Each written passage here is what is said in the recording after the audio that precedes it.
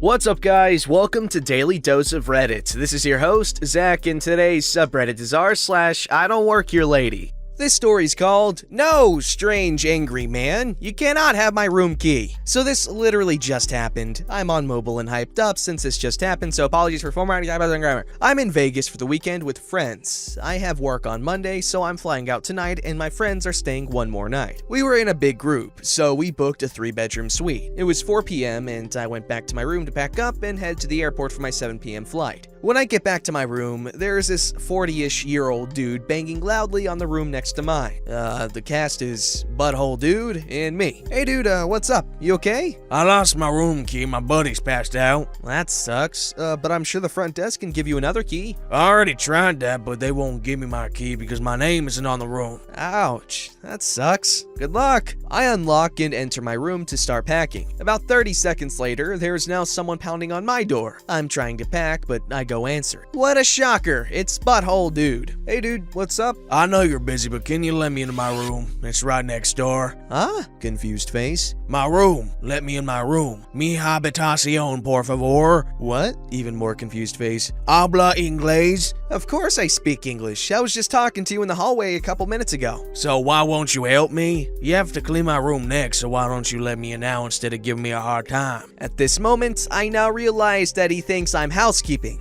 "Oh, sorry dude, I can't help you. I don't work here, I'm just another guest." I start shutting the door. Butthole Dude sticks his foot in the door so I can't close it. "Oh, okay, well, can I try your key then?" "No, sorry, I don't have a master key, so my room key won't work on your door." "Give me your key." "No, I'm not giving my room key to a strange man, and it won't work on your room anyways. All it'll do is let you into my room, and I don't want you in my room." "You never know, it might work. I'm desperate. Can I try it? Why can't you help me out?" "No, you're a stranger. I'm not giving you my room key." "Can I at least try it? You never know." "It's not gonna work, and I'm definitely not going to give you my key. But if you take your foot out of my door, I'll go find my key and I can try it on your room." I'll admit, I really just wanted the dude to move his foot so I could close my door, and I had no intention of getting my room key to try it on his door, as I know it's not gonna work anyway, and this dude is being a total butthole, so I have no desire to help him. So I close the door and go back to packing. About 2 minutes later, the dude starts pounding on my door again. I ignore it and continue packing, but the guy just won't stop. After about 10 minutes, I just want to shut this guy up and get him to stop pounding on my door. So against my better judgment, I go find my key and figure I'll swipe it on his lock. He can see it won't work and he'll leave me alone. "Dude, this really isn't gonna work,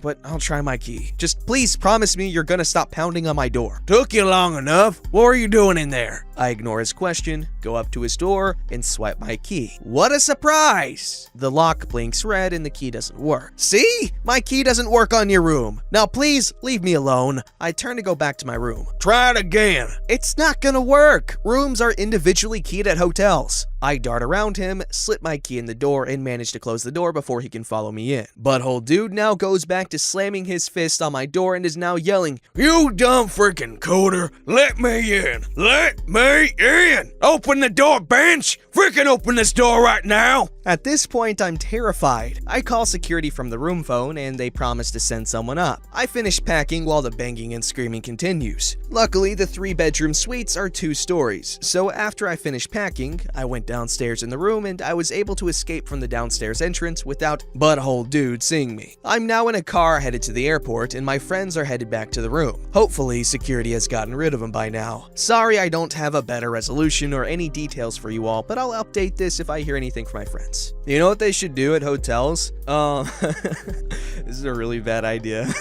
But like, around the peephole, there should be a little spritzer, like a little spray thing. You know those automatic air fresheners that spray every set amount of time? Well, instead of air freshener, it's mace. So if someone's harassing you at your door, you can just be like, "Ooh, spicy eyes." They get the spicy eyes. This story is called, "I Don't Work Here and I Don't Like Being Touched." Hello, I am a male rando who has a story to tell. So, when I go shopping, I always have headphones in and am either on the phone with my girlfriend about groceries or listening to music. This time, I was listening to a podcast, not important, but if you must know, it's the Misfits podcast. Something about myself is that I am 5'11" to 6 feet, so I usually get asked to help people get things off the shelf. I actually had once joked about having a hat that said, "Yes, I can help you get that off the top shelf." Well, today, as I'm going through the store doing my thing, I get stopped and asked by these ladies. One is in her late 40s, the other very much older, I assume mother and daughter, to grab these very large water jugs that were, for some reason, on the top shelf. Without hesitation, I get them. They thank me and then ask if I know about something else to be in stock, and I told them that I'm sorry, but I don't work here. I wear nothing but black almost every day of my life, and that just so happens to be the uniform there, so I don't ever get upset when I get confused for an employee. They apologize, and I go back to my cart. I could feel the presence behind me as I begin to walk away, that eerie feeling. Then that ominous noise of the throat clear, and I knew I had a Karen behind me. I turn around, thinking she was wanting me to get something from the top shelf. "Hi, did you need me to get something from the upper shelf?" I say with my customer service smile. She smacks her lips and rolls her eyes.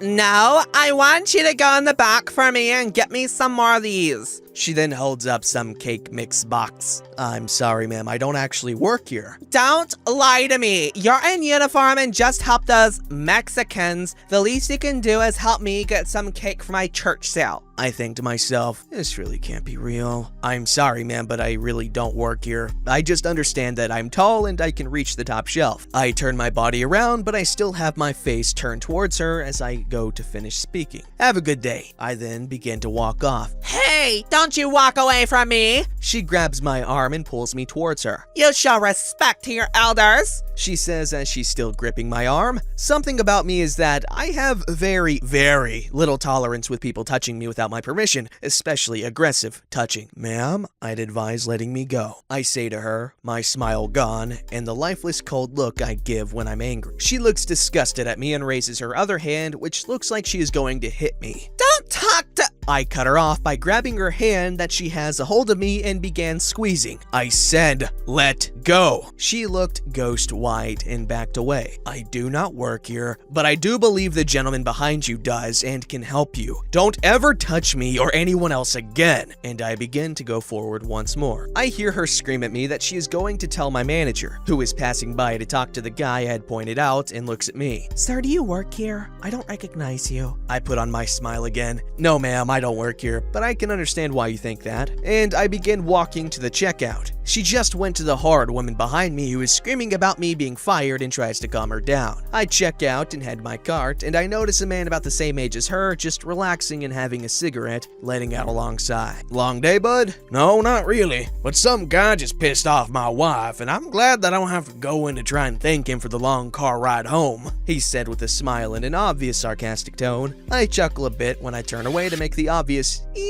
face and wide-eyed look. "Guys, this is real. I was the water jugs."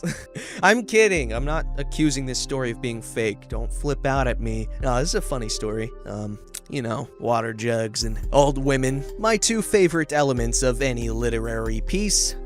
This story's called My Favorite Karen. Before I start, I should mention I am very new to Reddit. I've watched tons of videos from /start who I listen to on my jogs, and this happens to be my favorite subreddit he covers. Also, I technically did and didn't work at this job, if that makes sense. Sorry if it's not technically accurate to the subreddit. Anyways, let's begin, shall we? When I was 13, I had long hair, long eyelashes, and a very timid voice. A ton of people mistook me for a girl, so I used to be very isolated from people due to embarrassment. For the record, I only had long hair because I had terrible blood circulation, so staying warm was always an issue. Long hair helped. I shortened it at 15. When I was 16, I got my first job at a summer camp. Technically, it was just a camp because it was all year long, but the company disagreed. I only got a volunteering position as a camp counselor. This meant I don't technically work there, but I help out when the actual employees need it. As a camp counselor, I would set up the computers in the morning and get ready to greet the parents who would drop off their kids to play Minecraft. Yup, best camp. I had an occasional Karen mom who would try and do stuff like take a computer another kid was sitting at for her son because it looked look shinier. Obviously, she didn't know it was the oldest model we had. Tiny background. I loved computers and could even dismantle my laptop and reassemble it on my own at 15 years old. I only got this job because I brought my laptop into the interview to prove it in front of the owner. Let's just say they were very impressed. Anyways, that same Karen would actually walk into the building, which parents weren't actually supposed to do, and sit there for several hours. We wanted the kids to have fun without the pressure of having a parent watching. My manager, aka the owner, was a fan of letting kids run wild as long as they were safe. Parents kinda hinder that enthusiasm. No offense to any parents out there. This mom walked in and called me over. I came over with the speed of an elephant. Not very fast. She kept snapping her fingers and yelling, "Boy! Hey boy!" I technically snapped and told her, "Calm your booty hole." Yeah, I try not to swear in front of kids, but freaking hell, I'll do it in private. Sorry. I came over after finishing my setup and asked, "Can I help you?" She screeched so loud that my ears felt they'd shatter. How dare you take so long, you dumb brat! You were slower than my husband! Let me just point out, I finally get that was supposed to be a sex joke. I was too innocent back then to realize. I apologized and started to walk away, almost forgetting she needed something. Obviously, it wasn't important because she never called me over for it again. A few minutes later, she screamed, "Boy! Boy! Boy!" I responded with, "Shut up!"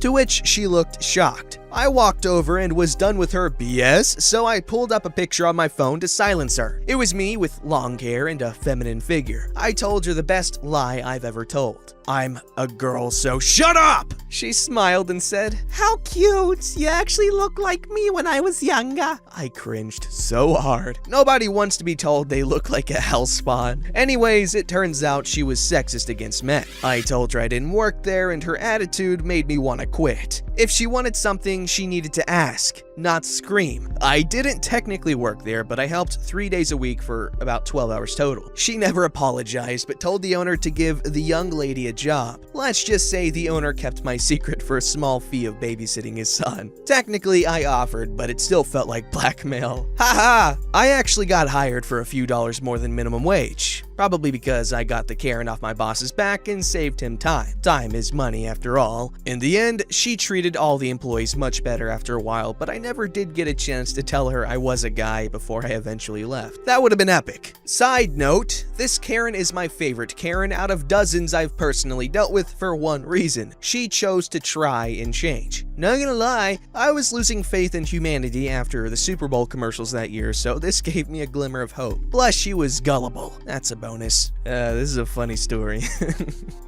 Well, this guy, he did the right thing, I guess.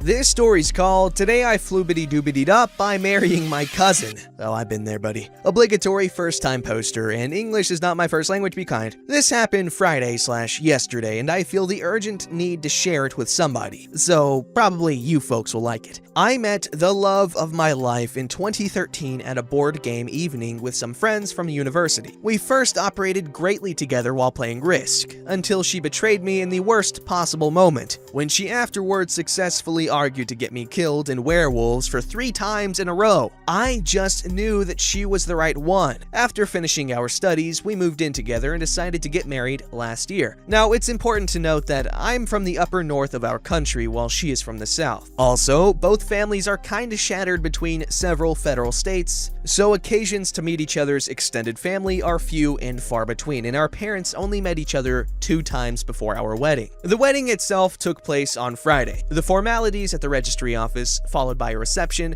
dinner, and party afterwards. We placed our grandmothers, 2 lovely widowed ladies in their mid-80s, together at a table, and they apparently hit it off, chatting and laughing the whole time. However, at some point, we realized that they were getting more serious and started to send us worried looks. But honestly, at our wedding, we were too busy to really care about it. Party continued, we had a blast and got blasted. Probably entertained the whole neighborhood with our wedding night and met the remaining guests for a late breakfast yesterday. All in all, a great wedding. Until our mother sent us both down in private for probably the most awkward conversation in my life. During the dinner, our grandmothers came to an unexpected finding. They are cousins. I married my own distant cousin. Apparently, our grandma's fathers, our great-grandfathers, were brothers, but estranged themselves over a failed business and political views. Shortly after World War II, both had very few relatives, and with a few moves and general post-war chaos, the contact was basically cut off. Both married, founded families, which grew and